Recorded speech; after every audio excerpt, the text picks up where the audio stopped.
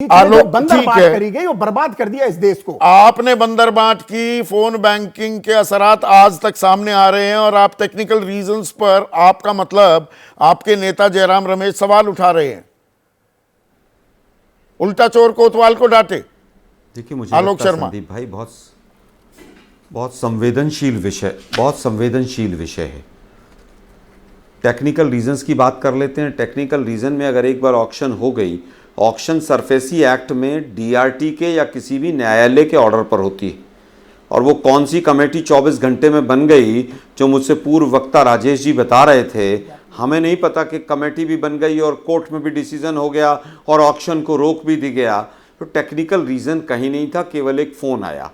अब बात आती है, आपसे सीख लिया बीजेपी ने भी। पढ़े मुद्रा लोन की जो बात की गई थी, मैं आ रहा हूं भाई, उस पर भी आऊंगा मैं, बिल्कुल पूरा उत्तर दूंगा मैं। उसमें लाखों करोड़ का गबन था 2G के अंदर, बीजेपी आरोप लगाती थी। क्या हुआ उसका? 1,76,000 करोड़ का जिक्र आज भी देश के गृह मंत्री करते हैं। क्या हुआ उसका? सबको क्लीन चिट बीजेपी ने आकर दे दी। तो आरोप लगाना इनका काम है। मैं तो कह रहा हूं कि अगर हमारे टाइम में किसी ने गलत किया, फोन बैंकिंग हुई, तो एक भी FIR आपने कांग्रेसी के किसी के खिलाफ क्यों नहीं की? कन्विक्शन होना तो बहुत दूर की बात है, आपने तो कहीं कंप्लेंट तक नहीं की। ये केवल और केवल आकर बोलकर चले जाना, मेहुल चौकसी किसके साथ था, कौन नजदीक था, किसका मेहुल भाई था वो, और वो नीरव मोदी की ब्रांड एम्बेसडर महिला कौन थी और किसके साथ सेल्फी थी। मैं समझता हूं आपको व्हाइट पेपर लाना नीरव मोदी के इवेंट में कौन जाता है 2013 में, वो भी, उसका भी जिक्र करना पड़ेगा। मैं तो कह रहा हूं ना भाई, आपकी सरकार है, भारतीय जनता पार्टी की सरकार है। अगर कहीं पर लगता है कि कांग्रेस पार्टी के किसी व्यक्ति ने गलत किया है, तो आज तक एक्शन क्यों नहीं लिया? 2-2, 3-3 बैंक डूब गए इनके टाइम में, और डिफॉल्टर जो लोग थे वो पैसा लेकर भाग गए, लाखों करोड़, जिनका टैक्स पेयर्स का पैसा बैंक में अपना बेचारों ने, बुजुर्गों ने रखा था, वो लाइन में लग गए। उसके बावजूद एक कांग्रेसी को नहीं पकड़ पाए। दुर्भाग्य ये है, 2G हो, कोलगेट हो, तमाम चीजों पर केवल आरोप लगाया, लेकिन अब चीजें सिद्ध हो रही हैं। रेड कॉर्नर नोटिस किसके खिलाफ था? किसने हटाया था red corner notice? Vijay Mallya के खिलाफ। किसकी सरकार थी उस समय पर?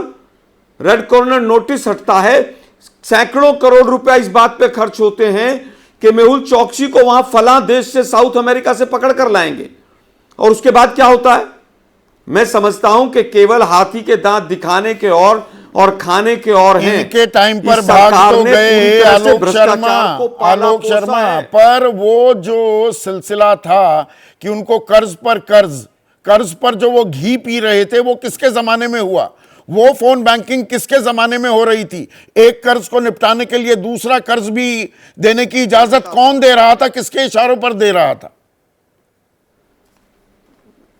मैं बताता हूं। मैं केवल ये कहना चाहूंगा, अगर कहीं पर भी इनके पास एक रत्ती भर भी सबूत है कि कांग्रेस के किसी नेता ने, व्यक्ति ने, मंत्री ने ऐसा किया है, तो 9 साल से ये लोग पकौड़े तल रहे थे सरकार में बैठे हुए, क्यों नहीं एक्शन लिया इन्होंने? लेकिन पहली बार हुआ है कि देश के प्रधानमंत्री एक बैंक की चेयरमैन महिला को ऑस्ट्रेलिया ले जाते हैं अपने साथ, और एक तरफ अपने मित्र को साथ बैठाते हैं और वहां पर डील दिलवाई जाती है। पहली बार हुआ है कि दूसरे पड़ोसी देशों को दबाव दिया जाता है कि इस व्यक्ति को ठेके देने। तो आप सोच सकते हैं कि आज का जो बंगले वाला विवाद है, वो तो ऊंट के मुंह में जीरे के बराबर है। भारतीय जनता पार्टी ने, इनके नेताओं ने, जिस तरह से CAG की रिपोर्ट आ रही है, तमाम गबन के ऊपर गबन किए हैं। मैं फिर चैलेंज करता हूं बीजेपी को कि अगर कहीं पर आपको लगता है कांग्रेस के समय में कोई लोन गलत दिया गया है, आप एक्शन लीजिए उसके ऊपर।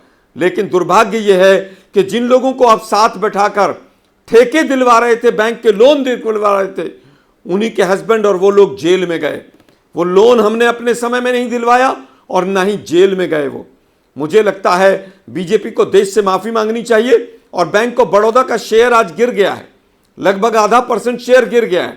इसी पूरे प्रकरण के ऊपर बैंकों से विश्वास लोगों का उठ रहा है। बैंक ऑफ बड़ौदा को माफी मांगनी चाहिए। यही तो, और जैसा बैंक ऑफ बड़ौदा नहीं, ये बैंक ऑफ बड़ौदा की ही बात नहीं है, पूरी बैंकिंग व्यवस्था की बात है। जैसे ही घड़ी का काटा दोपहर 2:30 पे आए, बबीता जी का दिल सास बहू साजिश के लिए मचल जाए। और ये है इनकी बहू, पूरे दिन ऑफिस की टेंशन हो जाए गॉन जब ये करें अपना फेवरेट शो फ्री टाइम पे ऑन। इनकी तरह आप भी देखिए अपना फेवरेट शो अपने टाइम पर और डाउनलोड कीजिए एबीपी लाइव ऐप अपने स्मार्ट टीवी पर।